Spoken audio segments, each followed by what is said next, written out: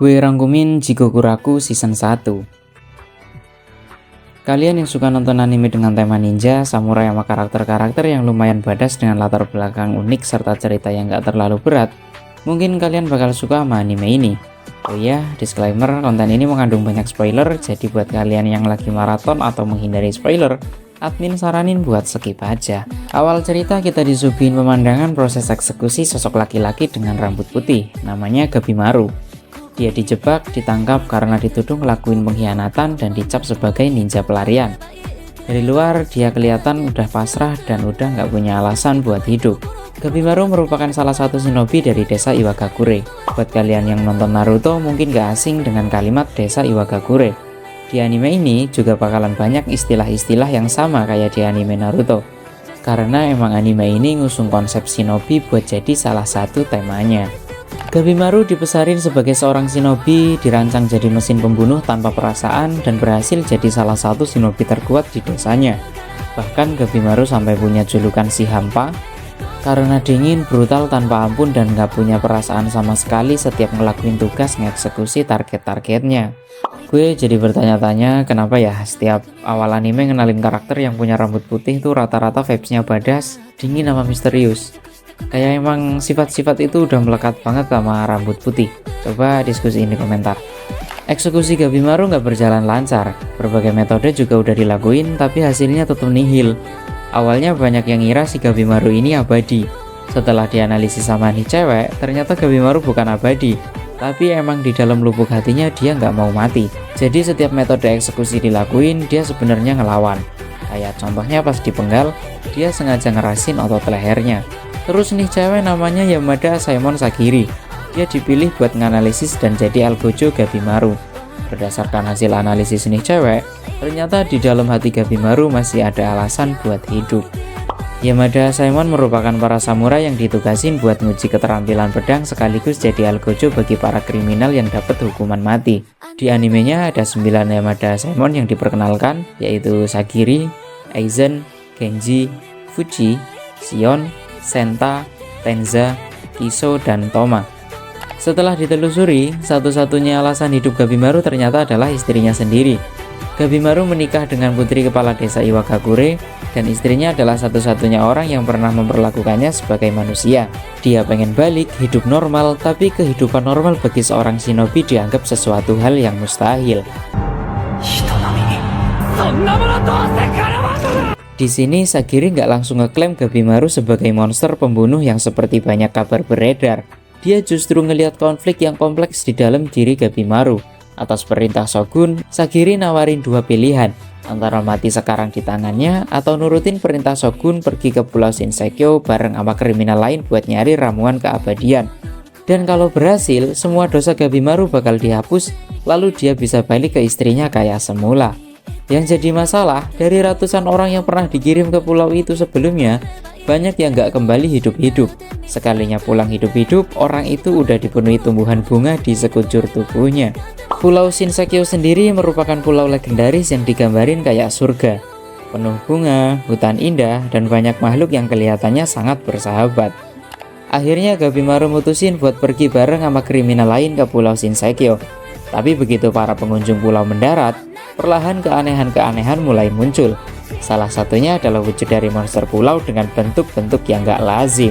Pas nonton dan ngeliat, gue takjub sama imajinasi autornya, bisa kepikiran ngegambarin makhluk dengan bentuk yang bisa dibilang cukup abstrak. Setiap kriminal yang datang ke pulau didampingi satu Algojo Yamada Saemon. Aturannya lumayan simpel. Siapa yang paling cepat dapat ramuan keabadian, dia yang bakalan dihapus dosanya. Kalau kriminalnya coba-coba kabur atau berkhianat, Algojonya berhak langsung eksekusi di tempat. Belum ada 5 menit dari pertama kali menepi, pembunuhan dan pengkhianatan antara para kriminal dengan Asaemon terjadi. Selain pertempuran sesama manusia, mereka juga berhadapan sama makhluk-makhluk dengan bentuk dan kekuatan yang gak lazim. Dan dari kerusuhan itu, sekarang cuma nyisain beberapa pasangan kriminal dan Aemon sekaligus jadi tokoh-tokoh yang berpengaruh buat jalan cerita animenya. Pertama, pasangan antara Gabimaru dan Asaemon Sagiri. Mereka berdua sempat duel dan juga ngelawan monster bareng. Yang kedua ada Azatobei dan Asaemon Toma yang ternyata adiknya. Mereka berdua ketemu dua makhluk yang kelihatan overpower dan juga kelihatan lagi esek-esek.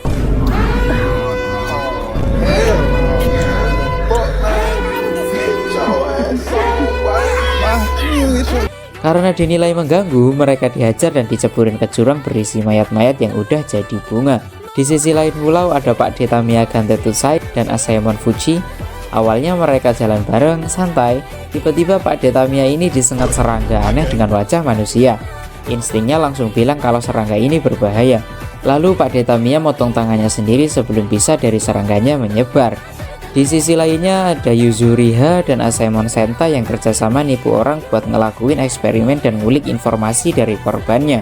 Lalu ada pasangan Urugai dan Asaemon Tenza. Yang terakhir ada Asaemon Shion, guru dari Asaemon Tenza.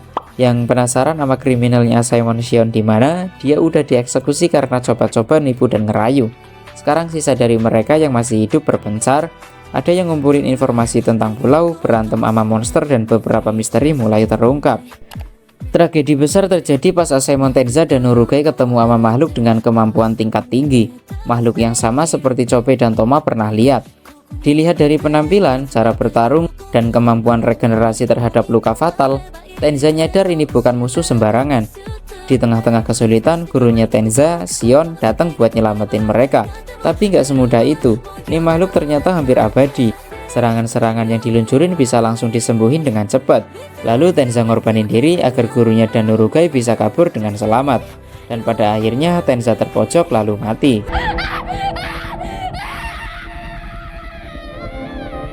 Ini jadi salah satu kematian paling menyakitkan di season 1. Lalu ada Asaemon Sagiri dan Gabimaru. Mereka berdua ngelawan salah satu kriminal bernama Rokurota. Buat yang penasaran nama pasangan Asaemon dari Rokurota ini kemana, dia langsung dibunuh pas baru nyampe pulau sama Rokurota lalu dimakan. Beliau adalah Yamada Asaemon Aizen. Sayang banget, padahal gue kira nih karakter bakalan berpengaruh besar di jalan cerita animenya. Belum juga dikasih panggung malah dimukbang duluan. Oke lanjut, Rokurota ini berasal dari rasa raksasa, kekuatannya pun udah setara sama monster. Gabimaru sama Sagiri sempat kewalahan, tapi pada akhirnya mereka berdua bisa menang dengan kerjasama yang epic. Gabimaru dan Sagiri ketemu sama Senta dan Yuzuriha. Akhirnya mereka ngejalin aliansi, saling tukar informasi dan nyari tahu tentang keberadaan ramuan keabadian. Di tengah perjalanan mereka ketemu anak kecil bernama Mei dan manusia pohon bernama Hoko. Pertemuan itu jadi pertemuan yang berharga karena mereka dapat banyak banget informasi terkait Pulau Shinseikyo. Beberapa di antaranya informasi tentang Tensen, makhluk yang pernah dilihat Chopei dan Toma, dan salah satunya pernah berhasil ngebunuh Tenza. Tensen adalah makhluk semi abadi yang hidup di Horai serta menguasai Pulau Shinseikyo. Di Pulau Shinseikyo ada 7 Tensen, Zujin, Jufa, Taufa, Mudan, Guiha, Juhua, dan Rien sebagai pemimpin.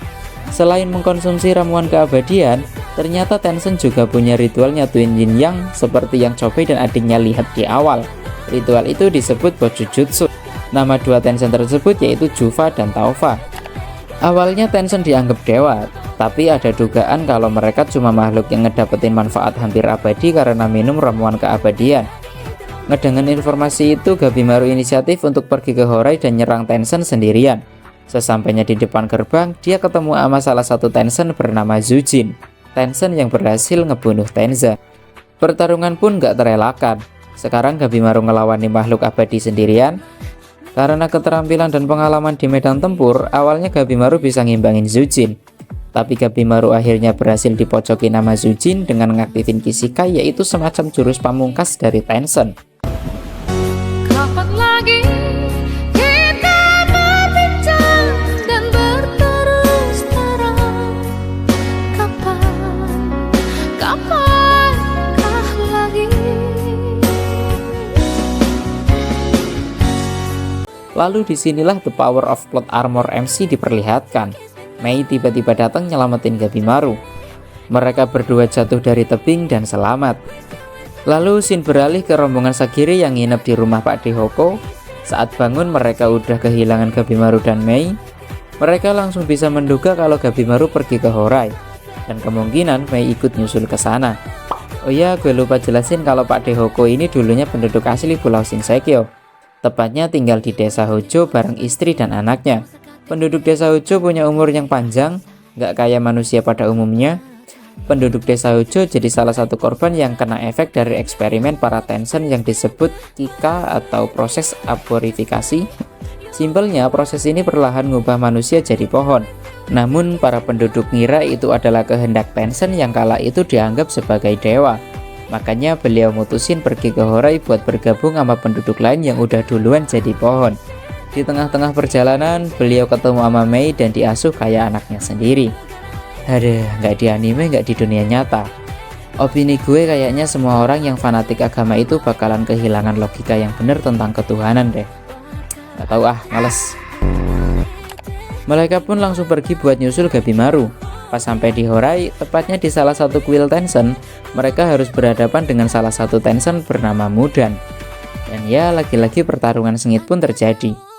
Awalnya mereka bertiga, Yasuhira, Sagiri, dan Senta berhasil mojokin Mudan. Tapi ternyata itu cuma tipuan Mudan. Dia bangkit dan ngeluarin Kishikai. Pertarungan sebenarnya baru akan dimulai.